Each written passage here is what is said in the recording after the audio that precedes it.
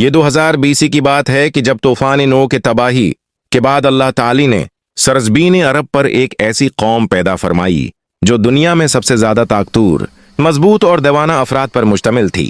یہ لوگ جسمانی خوبصورتی، سرخ و سفید رنگت اور وجاہت میں اپنا ثانی نہیں رکھتے تھے۔ مال و دولت کی فراوانی، شاندار تہذیب و تمدن، شان و شوہرت سمیت دنیا کی ہر نعمت اور آسائش انہیں میسر تھی۔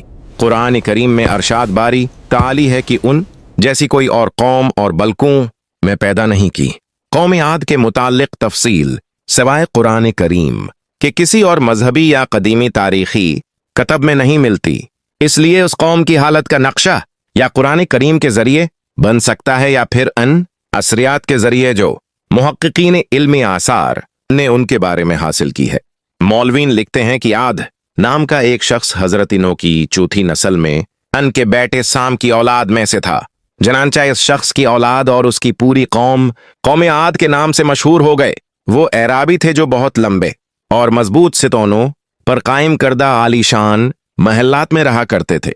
قرآن کریم نے انہیں ارم ذیف العماد یعنی ستونوں والے کے نام سے یاد کیا ہے۔ ارم ان کا بہت خوبصورت شہر تھا جس کے آثار 1984 میں خلائی شٹر چیلنجر کی مدد سے دریافت کیے گئے ہیں۔ یہ علاقہ آج کل عمان کا حصہ ہے۔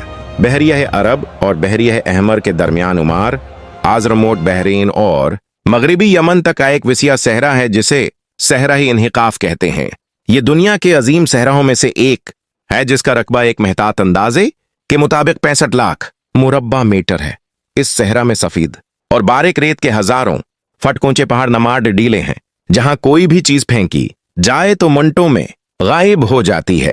کسی زمانے میں یہ دنیا کا سرسبز شاداب علاقہ تھا اور وہاں یہ قوم عاد آباد تھی۔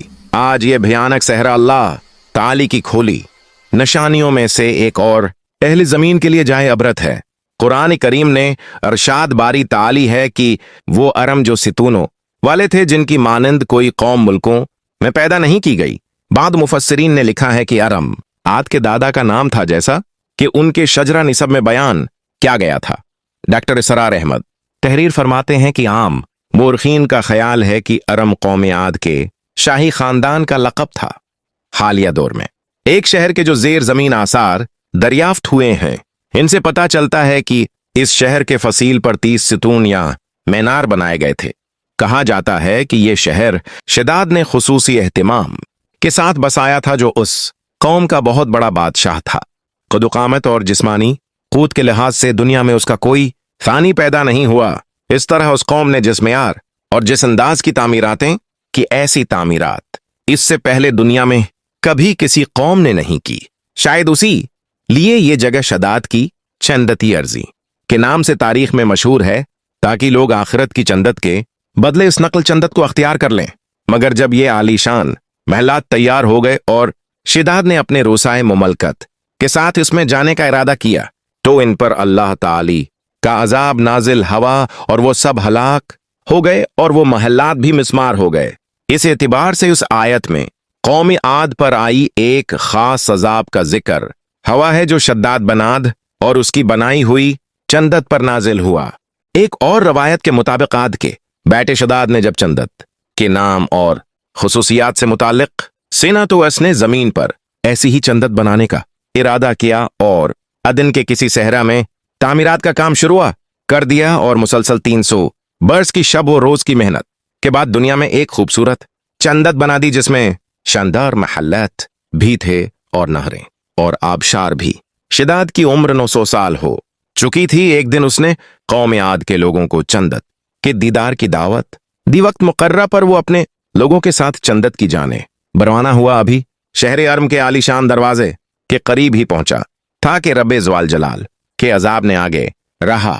یوں شداد اپنی چندت کے ساتھ زمین میں ہی زندہ دفن ہو گیا۔ طوفان نور کے بعد قوم عاد ہی وہ پہلی قوم تھی جو بتوں کے پجاری بنے۔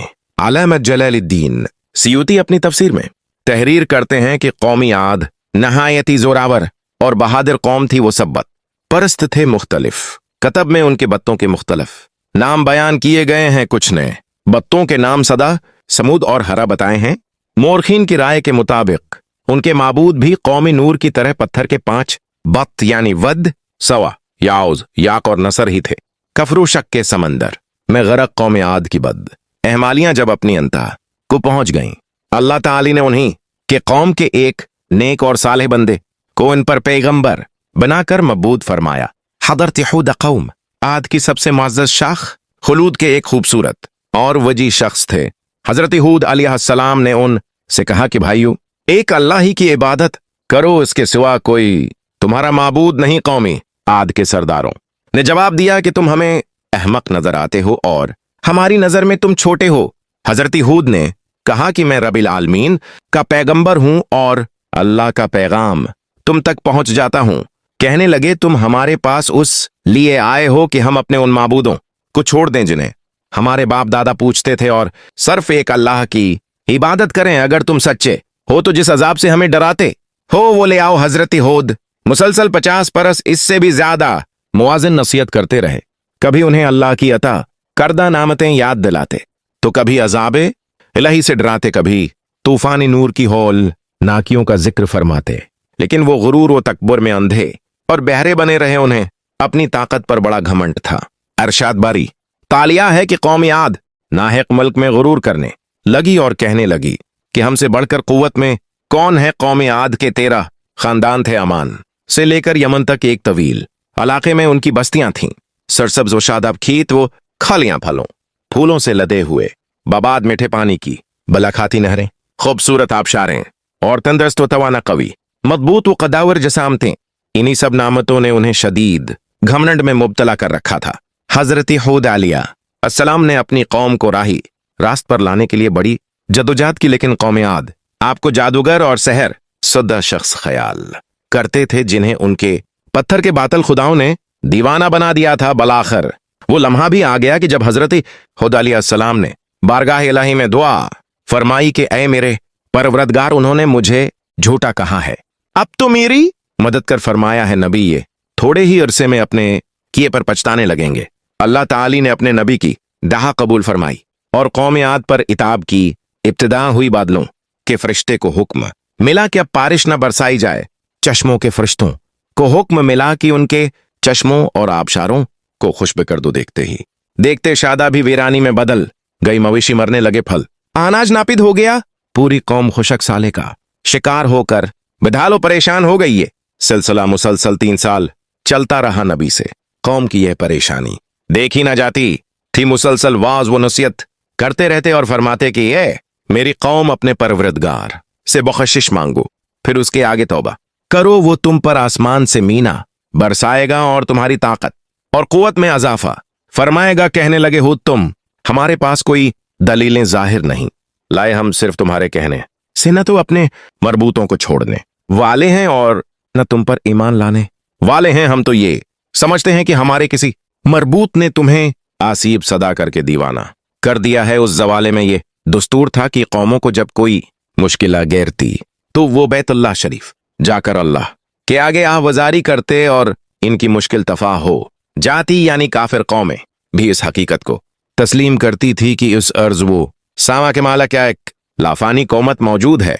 चनांचा कौमें आद के 17 सरकर्दा अफराद मक्का मकरमा पहुंचे, जहां मुआविया बन बिक्र की हुकूमत थी। मुआविया की मां का ताल्लुक कौमी आद से था। मुआविया ने उनकी खूब वहकत की। वो लोग 1 माह तक वहां रहे और मार्श के लिए दुआएं मानते रहे। दुआ करवाने वाले सरदार का नाम कीलबन अम्र था। अल्लाह ताली ने उन पर 3 रंगों के बादल भीजा, सफीद, सरख, सियाह।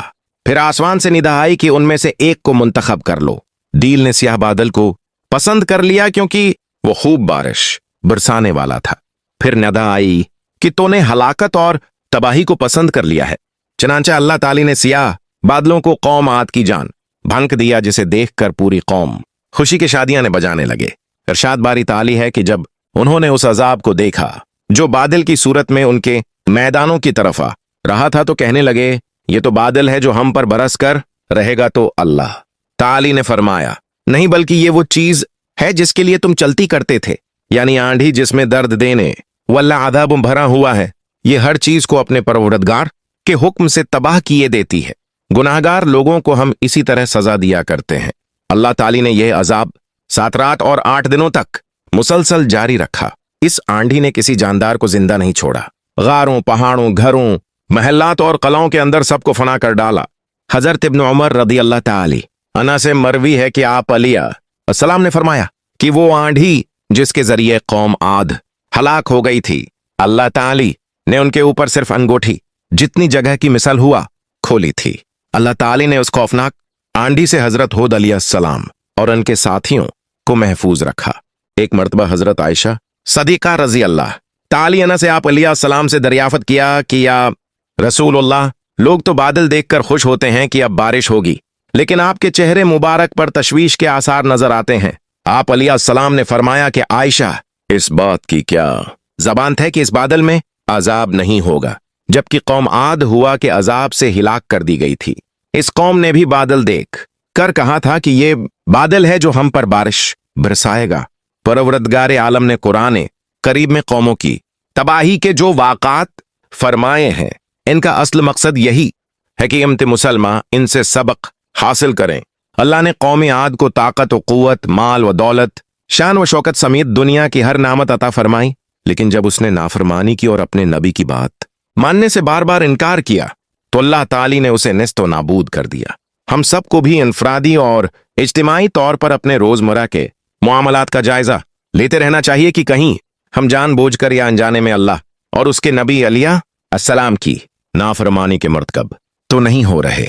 आइए हम सब दुआ करते हैं कि अल्लाह ताली हम सबको क़ल्ब सलीमत अता फरमाए और कुरान और हदीस पर चलने की तौफीक अता फरमाए। आमीन।